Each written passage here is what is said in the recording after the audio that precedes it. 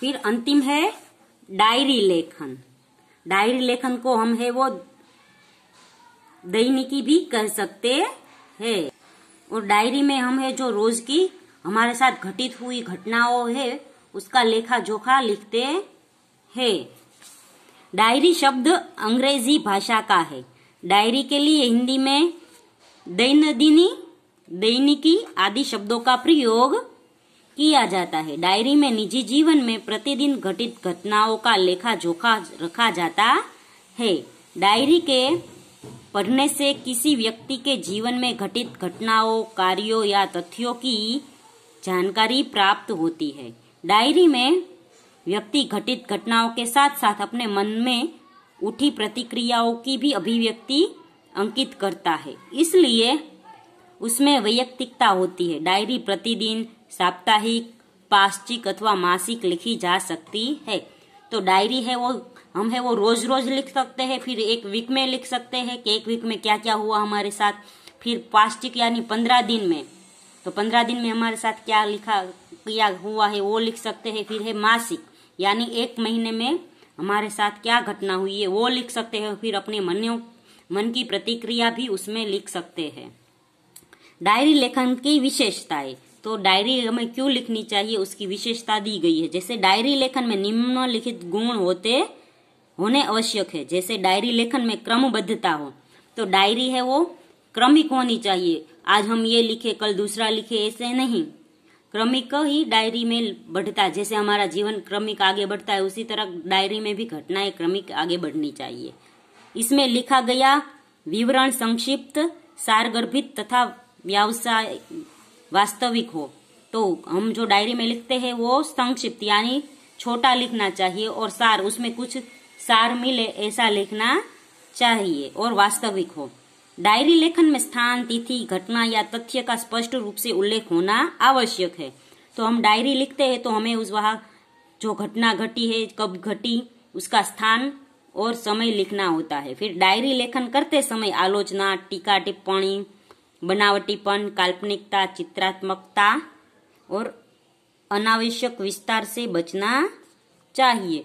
तो डायरी लिखते समय हम किसी की भी टीका नहीं करनी चाहिए और उसमें बनावटीपन नहीं आना चाहिए और हमारी कल्पना भी उसमें नहीं होनी चाहिए। वो है वास्तविक लिखनी चाहिए, जैसे घटना घटी उसी तरह से। डायरी लेखन के लाभ, डायरी लेखन के अनेक लाभ है। इससे जीवन में घटी घटनाओं की जानकारी प्राप्त होती है। हम डायरी लिखेंगे तो हमारे जीवन में क्या घटित हुआ वो सबको पता चलेगा। डायरी में तथ्यों का उल्लेख रहता है, इसी कारण व्यक्ति दिन भर जो अच्छे बुरे काम करता है उसका उल्लेख भी रहता है। इससे शयने यानी धीरे धीरे बुराइयों से बचा जा सकता है। यदि हम डायरी लिखेंगे तो हमें पता चलेगा कि हमने कौन कौन सी बुरी चीजें की है। जो हम पढ़ेंगे तो पता चलेगा, तो दूसरी बार हम ये चीजें नहीं करेंगे, इसलिए हमारी बुराइयां है वो धीरे धीरे कम हो जाती हैं। फिर है डायरी ही ऐसा दस्तावेज है जिसे पढ़कर किसी व्यक्ति के जीवन के पिछले अनुभवों तथा घटनाओं की जानकारी और वह भी संबंधित व्यक्तियों के शब्दों में प्राप्त की जा सकती है। तो यदि डायरी में लिखूंगी तो उसमें मेरे जीवन में जो भी घटनाएं हुई, जो भी मैं अनुभव करती हूँ वो लिखती हूँ, और उसमें जो व्यक्ति होते हैं जिसके नाम मैं लिखती हूँ उससे यदि ये पूछे तो वो वही कहेंगे जो मैंने लिखा है। इसलिए हमें ये प्राप्त की जा सकती है कि जो हम अनुभव करते हैं वो दूसरों तक पहुंचाए। डायरी लेखन के उदाहरण, अभी यहाँ है डायरी लेखन के उदाहरण है कि कैसे डायरी लिखते हैं। तो पहला है अपने नए विद्यालय के पहले दिन की घटनाओं को अपनी डायरी में लिखिए।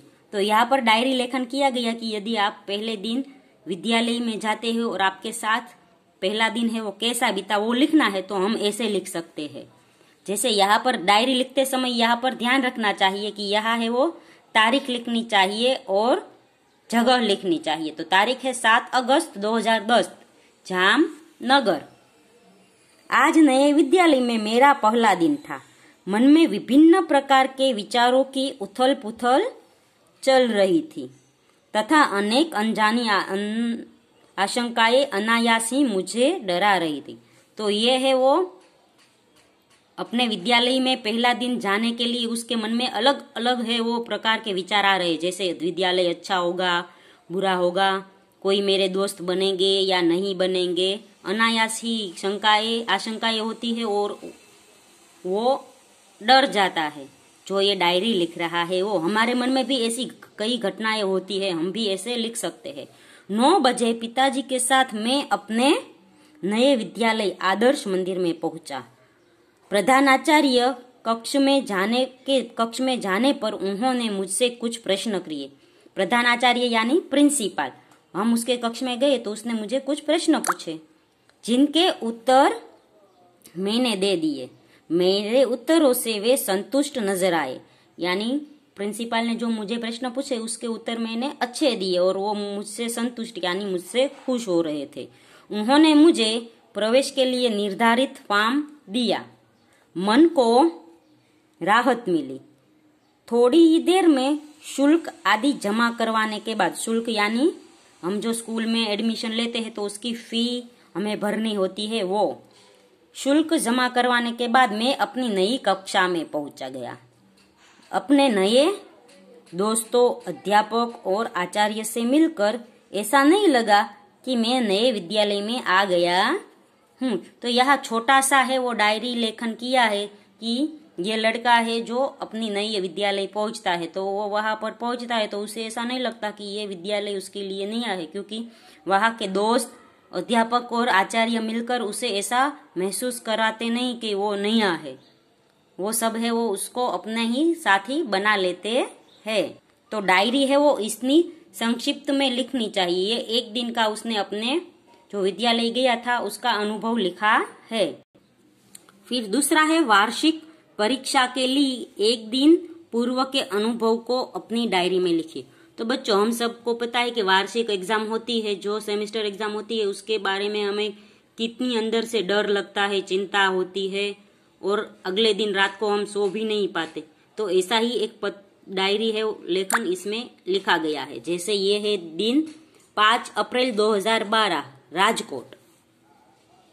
कल वार्षिक परीक्षा का पहला दिन है। रात्रि के 1 बज गए हैं परंतु नींद नहीं आ रही। कल विज्ञान और टेक्नोलॉजी विषय की परीक्षा है। यद्यपि सब कुछ दोहरा लिया यानी रिवीजन कर लिया है, तथापि मन में अजीब सा भय है। अचानक पिताजी मेरे कमरे में आए। मुझे जगा हुआ देखकर ठाठस बजाया यानी मेरी हिम्मत बढ़ाई और बिस्तर पर लेटने को कहा। बत्ती बंद कर दी। बिस्तर पर पड़े पड़े भी नींद नहीं आ रही।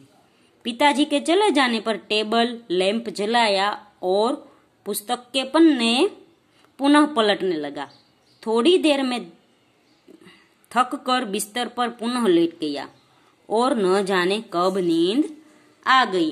तो इसमें है एक लड़का है वो वार्षिक परीक्षा के अगले दिन का अनुभव बता रहा है कि अगले दिन है वो उसे कितना डर लगता है। इसको पहले नींद भी नहीं आ रही थी, फिर बाद में नींद आ गई थी। हम भी है वो डायरी लेखन करें तो ऐसे लिख सकते हैं। रोज भी लिख सकते हैं, 1 वीक में भी लिख सकते हैं, 15 दिन में का भी लिख सकते हैं और 1 महीने का भी लिख सकते हैं। डायरी लिखते समय हमें ये याद रखना चाहिए कि डायरी में हम वही लिखे जो महत्वपूर्ण बनाया हो। ऐसी वैसी कोई बातें न लिखे जिसमें कोई सार ना हो। तो बच्चों, यहाँ पर है वो डायरी लेखन खत्म होता है। अगले वीडियो में हम इस पाठ का अभ्यास सीखेंगे। तब तक के लिए गुड बाय, टेक केयर।